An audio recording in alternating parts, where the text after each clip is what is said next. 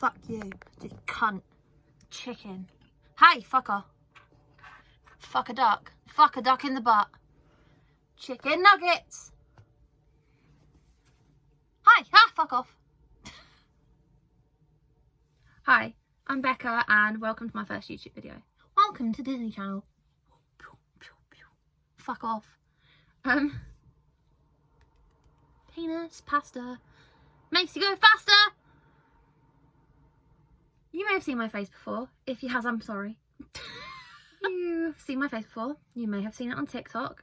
My TikTok is Tourettesbian and I make Tourette's awareness content because I have Tourette's. So I thought I'd just come on here and introduce myself and explain how I got Tourette's syndrome, and yeah, see if you guys want more videos. If you want more videos, let me know.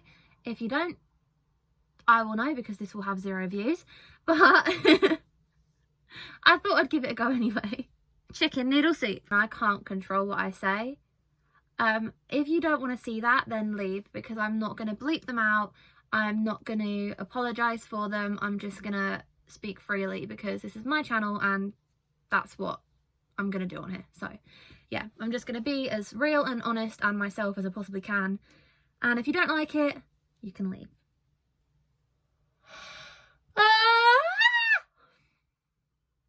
That was dramatic as fuck, boy. Starting from the beginning, when I was a child, I was not aware of any tics that I had. I don't think I had any unless they were very minor because nobody noticed them. There was no issues at all. When I got to about 14, that's when I started to notice that my health was deteriorating. So my chicken nuggets are in the bin. Ha ha ha ha. Stick them in the biscuit tin. Okay. Interesting. Anyway, so I got to about 14 and I started getting poorly. I had a lot of ear and throat infections and I just started becoming very unwell, a lot of chronic pain and stuff. Jeez. At that point I started getting the urge to clear my throat a lot, which I just assumed was part and parcel of the throat infections because I was clearing my throat a lot. So I didn't think anything of it. Cut to 2 years later, when I was 16, I was still clearing my throat, whether I had a throat infection or not. And I was also doing a few weird movements that I didn't have control over. At the time, I was also diagnosed with fibromyalgia, which is a chronic pain condition, and it has a lot of other symptoms. So I just thought anything that I was feeling at that point was due to that. So I would do this thing where I would roll my eyes back and my eyes would go blurry, so I'd roll my eyes back. So I thought, okay, that's to do with my illness. Also around that time, I noticed that I was doing this like shiver thing quite a lot, and it wasn't the typical feeling like you've got a chill going down your spine. It was, I felt like I needed to do it. It was like an urge and then it would happen. So I didn't have control over it. It wasn't like a chill going down my spine. And a lot of my friends would say, oh, someone's walked over your grave, because that's the thing we say here. So I thought, you know, okay, bit odd, but it is what it is. Those kind of carried on. I didn't think anything of it. And then when I was 19, I had a car accident. From 16 to 19, it was all pretty minimal. Like, I didn't think anything of it, never even considered Tourette's, because I thought Tourette's was just swearing. I'll be honest, I thought it was just swearing and people shouting and being inappropriate, which I think is a lot of people's perception of the condition, which, fuck you, it's a cunt. It can be like that, yeah, but majority of the time it's not. Got to 19 and I had my car accident. That was fun. Crash, bang, wallop! I got blamed for it. I don't know whose fault it was. I don't want to dwell on that anymore because, trust me, it's given me enough trauma. Luckily, I was okay. I didn't have any major injuries. I just had a lot of bruising. I'd bruised my ribs and stuff like that, so it wasn't fun. 3 weeks later, my granddad, who I was very close with, passed away, and that was really difficult. I'm not gonna lie, that was really difficult, and I struggled more than I let on. I was still hung up about the car accident. I was still very confused from that. And then throw into the mix one of the most important men in my life dying was horrible. We carry on because I know my granddad wouldn't have wanted me to sit and dwell on it. And it was a long fight. We knew that he was going to go at some point. He had lung cancer. So we knew that he was poorly. It wasn't just a shock, but that didn't make it any easier. After that, I just wasn't the same. Penis sucker. My mental health wasn't great. I was very down and just not in a great way, to be honest. I noticed that the little small twitches that I'd been doing had picked up a little bit more, and I started going all the time, and I just thought nothing of it. I thought, okay, I had a car accident, my chest still hurts, it's probably something to do with that. I just ignored it because I didn't think anything of it. It wasn't anything major, it wasn't majorly affecting my life, it was just there. 2020 came, and we all know that 2020 is a bag of poop. I fell out of my front door and rolled my ankle, and I've done this to my ankle so many times. It's at the point now where I had to go get an MRI, and the physiotherapist has told me if I do it one more time I could need surgery. So that's really fun. So I was off work for 12 weeks, I believe, and when I went back, it was March 2020. The week I went back, lockdown happened. At that point, my tics had become quite frequent. It was just noises, no words, nothing like that. It was just noises and movements. It got to about April, I believe. And I was working at Tesco's. I stood there and I was just chatting to my friend. And I just went, savage. And I was like, sorry, hold up a sec. And she was like, did you just say savage? I was like, yeah. And I didn't understand what had happened. I was a bit confused. I put some washing detergent on the shelf and I went, wash. And it was at this point where I thought, okay, this is actually potentially something a lot more than just a few little twitches. I had seen other people with tics and I knew it was a thing. And at that point, that's what it looked like. So I spoke to the doctor and they said, there's no way it can be tics, you're too old. I was 20.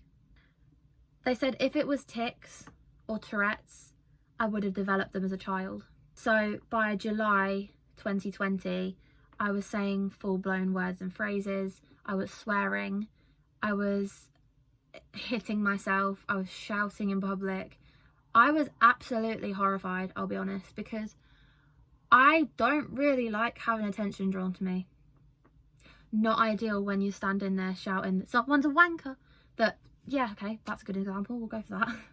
We rang the doctors again and they said the same thing again. We think it's just anxiety. There's a lot going on right now, we think it's anxiety. So I was like, okay, I don't believe that, but okay. I was at work one day and I had a tic attack. Now this was my first tic attack. I had to call my mum and ask her to come pick me up because I couldn't drive home. So she came to pick me up and she'd never seen me like this. I'd never seen me like this. Nobody had ever seen me like this. It was horrible. I could not move my arm from this position. I just kept going like this and just making all these noises. And she turned around to me and she was like, look, okay, if this isn't real, you need to tell me now. But if this is real, we need to fix this. We need to sort this out. And that was when it started getting very serious. So she rang the doctors that night and they said the same thing again, like it's just anxiety. It's tics, but it's anxiety tics. They'll go away. They didn't. So a couple of weeks later, I was at work again and I had a seizure. Now, little did I know that I actually had been having seizures for quite a while, unbeknown to me, because I didn't know anything about them. I had been having really small absence seizures that I didn't really know were seizures. I just thought I was zoning out. Paramedics were called because I had a seizure at work, and I was out for about 20 minutes just staring. I explained to them everything that was going on, and they were like, okay, something's not right here, you need to see a neurologist. I want you to call the doctors tomorrow and tell them you need referral to a neurologist. So we called the doctors the next day and spoke to them, and they referred us to a neurologist. I'd already been referred for tics, but they then added seizures into the mix. So the neurology appointment was sped up. Now, this was in September. I got my neurology appointment in October. So we went to the hospital, and obviously still mid-pandemic, I was wearing a mask,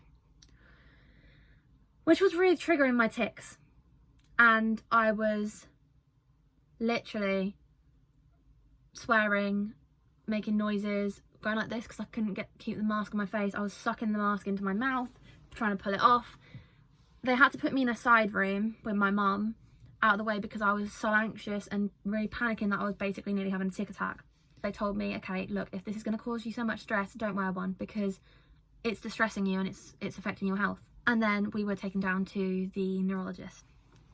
He said, did you have any as a child? And I said, no, but I did used to do this like blinky thing. And I spoke to him about everything I've just spoke about now. And he was like, this sounds like it's Tourette syndrome. I'm 99.9% sure you have Tourette syndrome. And that was the moment I was like, I'm not crazy. I'm not crazy. I knew something was wrong. I knew there was more to it, but no one believed me. There was a relief, and it was also really daunting because I had seen people with Tourette's on TikTok, on TV, and I didn't want to be like that. He sent me for tests to confirm everything. I went for MRI, which was really difficult to stay still in an MRI when you have tics. And they put the thing over my head to keep my head still, and I was like, I'm an astronaut, which really made me laugh. But anyway, so after my MRI results came back and my other test results, yeah, we were confirmed that I have Tourette syndrome. And I have had Tourette syndrome since I was about 14. So then I started doing TikTok and trying to come to terms with my condition. And here I am, trying to raise awareness for it. To be told as an adult, when you've already lived 20 years as a normal human, that essentially you've got a lifelong neurological disorder, it's not pleasant, to be honest. I had a lot of problems. That was quite a shock to the system. I lost friends, and I've gained friends. It's been a roller coaster, but I'm still coming to terms with it because I don't think I ever will, because it changes so frequently. So I'm just here to kind of share my journey and help other people that are in a similar position to me, because you're not alone. You're not crazy. You might be crazy, but it's not that that's crazy. If you want to follow my journey and you want to see my content about Tourette's, please feel free to subscribe and come watch my other videos, because I will do other things. I'll answer a lot of questions and stuff like that. But yeah, if you actually made it this far, thanks for watching. Beans! And hopefully I'll see you soon. Bye.